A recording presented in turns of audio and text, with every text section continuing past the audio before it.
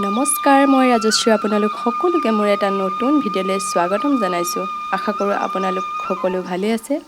আজি মই আপোনালোকৰ আগত শ্বেয়াৰ কৰিব লৈছোঁ পোৰা বিলাহীৰে বইল মাছৰ জোল আৰু পাতত দিয়া মাছৰ সোৱাদেৰে এখন অসমীয়া থলুৱা থালি কেনেদৰেনো সজালোঁ বলকচোন চাই লওঁ। আশা কৰোঁ ভিডিঅ'টো শেষলৈকে চাই থাকিব। যদি ভিডিঅ'টো চাই ভাল পায় লাইক কৰিব, কমেণ্ট কৰিব, শ্বেয়াৰ কৰিব। যিসকলে মোৰ চেনেলটো নতুনকৈ চাই আছে প্লিজ চেনেলটো ছাবস্ক্ৰাইব কৰি কাষতে থকা বেল আইকনটো প্ৰেছ কৰি ল'ব। তেতিয়াহে মোৰ আহিব লগা নতুন ভিডিঅ'বোৰৰ ন'টিফিকেশ্যন সকলোতকৈ আগত পাই থাকিব। বলক তেন্তে ভিডিঅ'টো আৰম্ভ কৰোঁ। এয়া মই ৰৌ মাছ লৈছোঁ, অলপ সৰুকৈ এনেদৰে মই কাটি লৈছোঁ আৰু এইখিনি মই নিমখ হালধি লগাই 15 মিনিটমান এনেদৰে সানি ৰাখি থৈছিলোঁ। এইখিনি মই পাতত দি দিছোঁ আৰু দিছোঁ অকণমান কাটি লোৱা পিঁয়াজ, অকণমান খুন্দি লোৱা নহৰু দিছোঁ আৰু দিছোঁ 2টা কেঁচা জলকীয়া আৰু দিছোঁ অকণমান ধনিয়া পাত আৰু দিম অকণমান মিঠাতেল আৰু সোৱাদ অনুযায়ী নিমখ দিছোঁ আৰু এইখিনি মই ভালদৰে সানি মিহলাই ল'ম।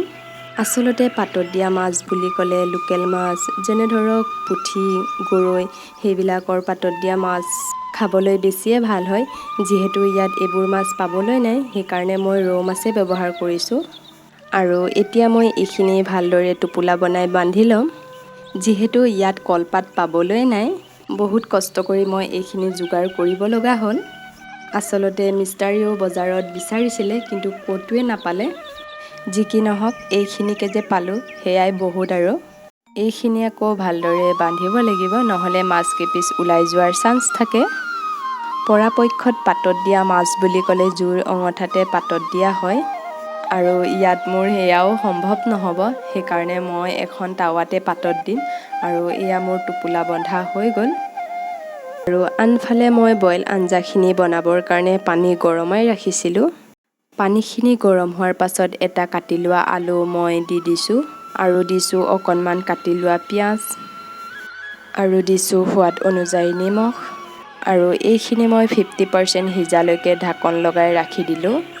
আৰু আনফালে পাতত দিবৰ কাৰণে টাৱাখন পাতি অকণমান তেল দি দিছোঁ।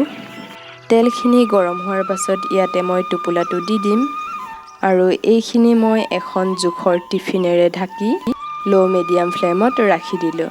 আৰু আনফালে মই বইল আঞ্জাখিনিৰ কাৰণে লৈছোঁ এটা পোৰা বিলাহী আৰু 2 ফুটা নহৰু। এতিয়া মই এইখিনি বাকলি গুচাই ল'ম।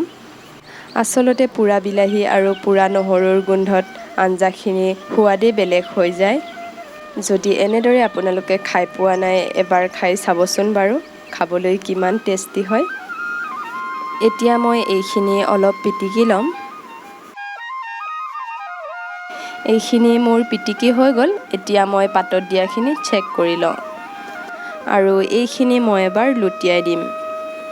মই যে ইয়াত অথনি তেল অলপ ব্যৱহাৰ কৰিছিলোঁ সেইকাৰণে এই পাতখিলা জ্বলি যোৱা নাই, নহ'লে যদি আপোনালোকে তেল ব্যৱহাৰ নকৰে তেতিয়া পাতখিনি জ্বলি যাব পাৰে, তেতিয়া মাছখিনি নিসিজিব। আৰু এইখিনি মই পুনৰ ঢাকন লগাই এনেদৰে ৰাখি দিলোঁ। আনফালে বইল আঞ্জাখিনি উতলি আছে। এতিয়া মই ইয়াতে দিছোঁ 1.5 চামুচ পিঠাগুড়ি। আঞ্জাখিনি অকণমান ডাঠ কৰিবৰ কাৰণে মই পিঠাগুড়ি ব্যৱহাৰ কৰিছোঁ। যদি আপোনালোকে পিঠাগুড়ি নিদিয়াকৈও খাব বিচাৰে এনেদৰেও বনাব পাৰিব। আৰু এতিয়া মই ইয়াতে দি দিছোঁ পিটিকি লোৱা বিলাহী আৰু নহৰুখিনি। এয়া দেখিছেনে বাৰু, বিলাহীখিনি দি দিয়াৰ লগে লগে চব্জিখিনিৰ ৰঙেই বেলেগ হৈ গৈছে।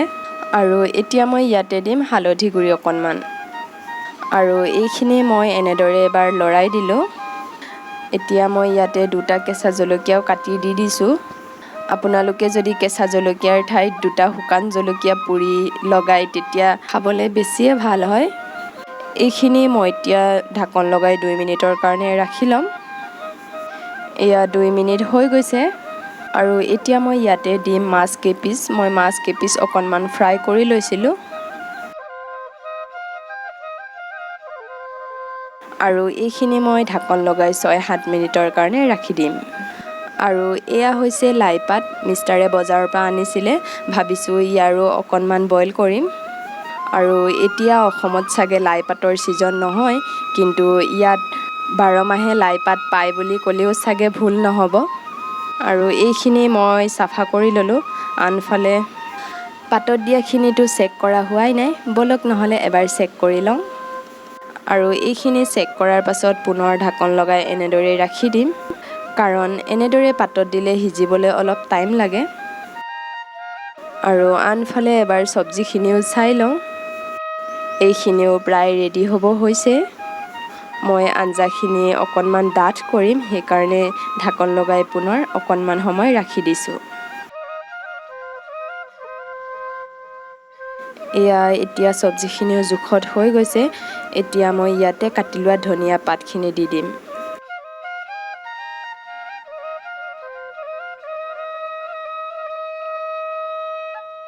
আৰু এইখিনি মই এনেদৰে এবাৰ লৰাই দিছোঁ। আৰু মোৰ আজিৰ এই বইল আঞ্জা ৰেডি হৈ গ'ল। এতিয়া মই ঢাকন লগাই গেছটো অফ কৰি দিওঁ।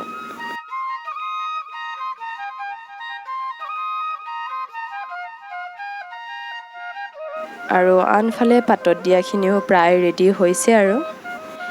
এইখিনি আৰু 2-3 মিনিটমান ঢাকন লগাই ৰাখি দিলে হৈ যাব। তেতিয়ালৈকে আমি আঞ্জাখিনি বাতি এটাত বাঢ়ি লওঁ।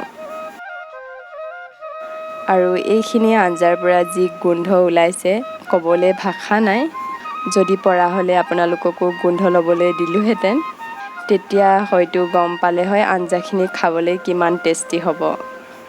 এই আঞ্জাখিনি খাবলৈ একেবাৰে বইল আঞ্জাৰ নিচিনা নহয়। এই আঞ্জাখিনি পোৰা বিলাহী আৰু পোৰা নহৰুৰ গোন্ধই আঞ্জাখিনিৰ সোৱাদেই সলনি কৰি দিয়ে।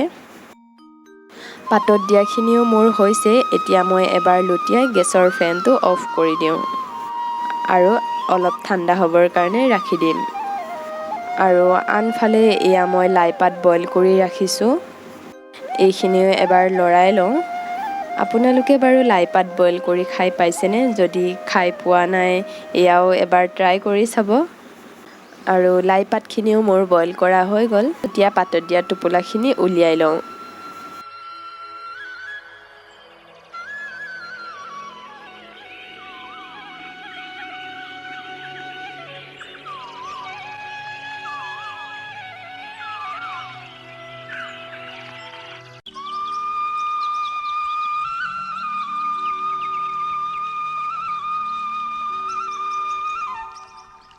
পাতত দিয়াখিনিৰ পৰাও ইমান ধুনীয়া গোন্ধ আহিছে।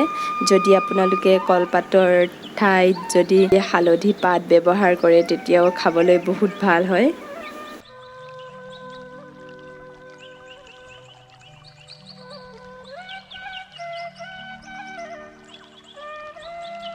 এয়া চাওক, মাছখিনিও ধুনীয়াকৈ সিজি গৈছে। আৰু এই পিটিকাৰ মূল ইনগ্ৰিডিয়েণ্টছ হ'ল গোলনেমুৰ ৰস। এয়া দিলেতো পিটিকাখিনি আৰু বেছিয়ে টেষ্টি হৈ পৰে। আৰু এইখিনি মই অকণমান পিটিকি লৈছোঁ। কিছুমানে আকৌ পিটিকি খাই বেয়া পায়। মই কিন্তু পিটিকা কৰি খাই বেছি ভাল পাওঁ। এয়া মোৰ পিটিকা বনায়ো হৈ গ'ল। ব'লক তেন্তে আজি মোৰ দুপৰীয়াৰ থালিখন কেনেকৈনো সজালোঁ চাই লওঁ। আৰু এয়া হৈছে আজি মোৰ দুপৰীয়াৰ থালিখন ৰেডি হৈ গ'ল। আৰু আজি মোৰ থালিখনৰ প্ৰতিটো বস্তুৱে বৰ সোৱাদ লগা। আপোনালোকেও ট্ৰাই কৰি চাব।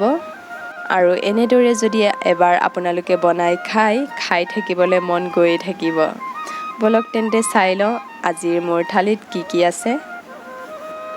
এয়া হৈছে আলু ভাজি, আৰু এইফালে হৈছে কেঁচা বিলাহী চাটনি, আৰু এইফালে হৈছে আলু পিটিকা, আৰু এইফালে হৈছে পাতত দিয়া মাছৰ পিটিকা, আৰু এফাল নেমু, নিমখ, জলকীয়া, পিঁয়াজ, আৰু এয়া এপিচ ফ্ৰাই কৰা মাছ লৈছোঁ। আৰু এয়া হৈছে আজিৰ স্পেচিয়েল পোৰা বিলাহীৰে মাছৰ জোল। আৰু এইফালে হৈছে বইল কৰা লাই পাত, আৰু এইফালে লৈছোঁ দালি। আৰু এয়াই আছিল আজি মোৰ দুপৰীয়াৰ থালিখন। কেনেকুৱা পালে জনাব। আশা কৰোঁ ভিডিঅ'টো চাই ভাল পালে। যদি ভিডিঅ'টো চাই ভাল পালে লাইক কৰিব, কমেণ্ট কৰিব, শ্বেয়াৰ কৰিব। এণ্ড যিসকলে মোৰ চেনেলটো নতুনকৈ চাই আছে, প্লিজ চেনেলটো ছাবস্ক্ৰাইব কৰি কাষতে থকা বেল আইকনটো প্ৰেছ কৰি ল'ব। তেতিয়াহে মই দিয়া প্ৰতিটো ভিডিঅ'ৰ ন'টিফিকেশ্যন পাই থাকিব। আকৌ নতুন এটা ভিডিঅ'ৰ সৈতে লগ পাম, তেতিয়ালৈ সুস্থ থাকক, ভালে থাকক। আজিলৈ বাই বাই।